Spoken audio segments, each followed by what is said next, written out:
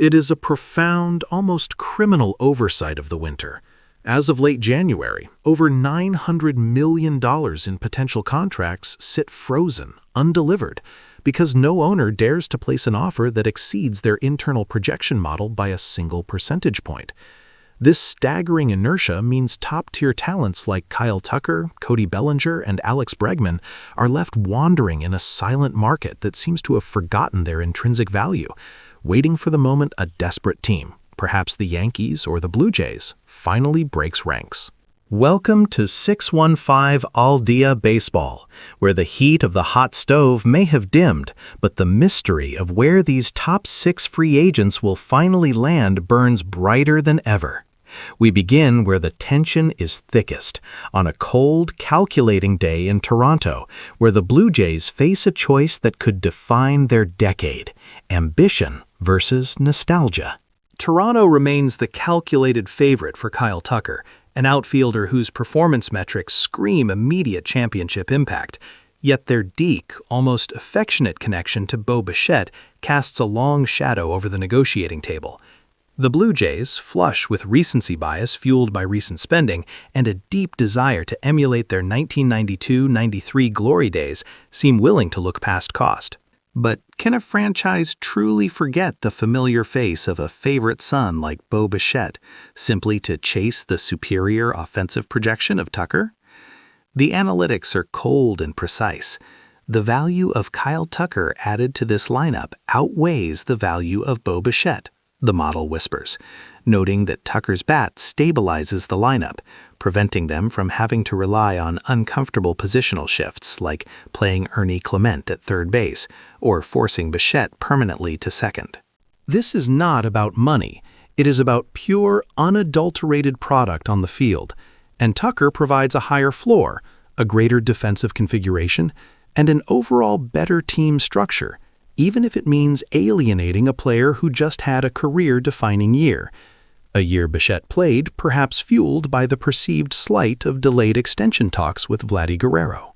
The highest bid, a ghost figure whispered to be north of $300 million, currently belongs to Toronto, and no other contender, least of all the Yankees, who are fixated elsewhere, appears ready to play ball at that valuation level, pushing Tucker, almost inevitably, toward a destiny in right field in Canada. But the real theater of the absurd is playing out under the fluorescent lights of the New York boardrooms, where the Yankees engage in their predictable, slow-motion dance with Cody Bellinger. John Heyman's report confirms a formal proposal is finally on the table, a starting point, not a conclusion. This negotiation is less a bidding war and more a battle of contractual philosophy. Bellinger, entering his age 30 season and coming off a stellar Cubs revival, seeks long-term security, eyeing a 6 or 7-year deal.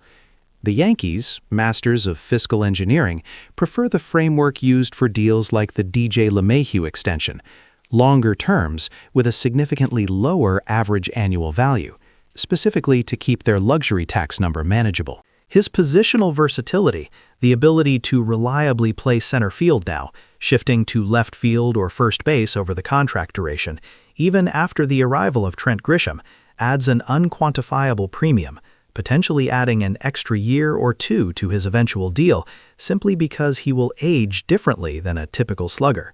The two sides want reunion. The fit is undeniable, but who will blink first when the difference between 5 and 7 years represents not just guaranteed income, but a statement about Bellinger's recovered superstar status? The narrative shifts to Alex Bregman, a player reportedly drawing interest from half a dozen teams, including the opportunistic Blue Jays and Diamondbacks, but fundamentally tied by expectation to the Boston Red Sox. Bregman's situation perfectly illustrates the free agency crisis. The Red Sox possess a clear 4 to 5 year championship window, and the internal champions for Bregman, those who know his immense value not just as an all-star but as a clubhouse leader, are vocal. Yet the ownership clings to conservatism. Many fans accuse Scott Boras, the master agent representing Bregman and Bellinger, of dragging this out, of being greedy by prioritizing a chess match that pits teams against each other. But the counter-argument is stark. The agent simply manages the auction, waiting for the one moment when the owner, driven by ego or pressure, overcomes the GM's conservative projection. The Tigers are at this number, Bregman likes you, but it needs to get to this number, is the inevitable phone call Boras waits to make. The Red Sox, having delayed similar deals in the past, will be forced to pay Bregman a higher sum precisely because they are slow playing, a deliberate tactic designed to save dollars that ironically costs them more in the end. This pattern of team inertia, not agent greed, is the true engine of the January silence. And what of the arms market? Framber Valdez and Ranger Suarez, both linked heavily to the Mets and Orioles, face a market distorted by the early, high-value signing of Dylan Cease. A starter might look at Cease's deal and justly ask why his own numbers, often equal or better, aren't commanding a similar premium. This is the climax of the valuation disconnect. Valdez, slightly older but a guarantee for volume, represents consistency, a pitcher likely to make his 32 starts and deliver 6+ innings every time out. Ranger Suarez, though perhaps more volatile, carries the prestige of ridiculous postseason numbers that speak to his clutch ability. The Mets, seeking certainty above all else following recent disappointments, will likely make the leap for Framber Valdez with a 5-year commitment, valuing his workhorse reliability over Cease's untapped potential. For the Orioles, adding Suarez, a solid mid-rotation anchor, represents the final, logical step toward World Series contention. When teams refuse to offer their best number early, they force this slow, grueling competition, questioning the very desire of the owners to win a World Series if they refuse to pay the marginal cost to upgrade their rotation. Finally, we turn to the most unique situation, Masataka Okamoto. While the major stars continue their languid dance, Okamoto operates under the merciless, visible deadline of Monday, January 5th. This looming deadline forces action, offering a stark contrast to the voluntary delays of the biggest names.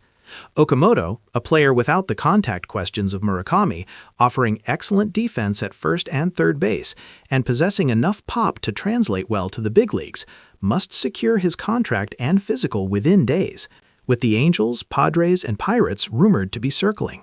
The irony is inescapable. The only player moving swiftly through the market is the one operating under a rule-based mandate.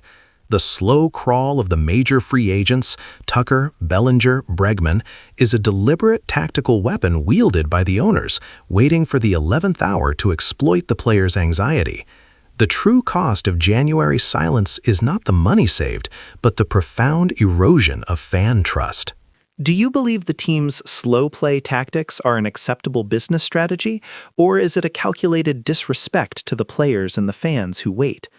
Let us know your thoughts in the comments below, and if you want more deep dive analysis into the silent battles shaping the MLB, be sure to like this video, share it with your fellow baseball fans, and subscribe to 615 Al Día Baseball for daily updates.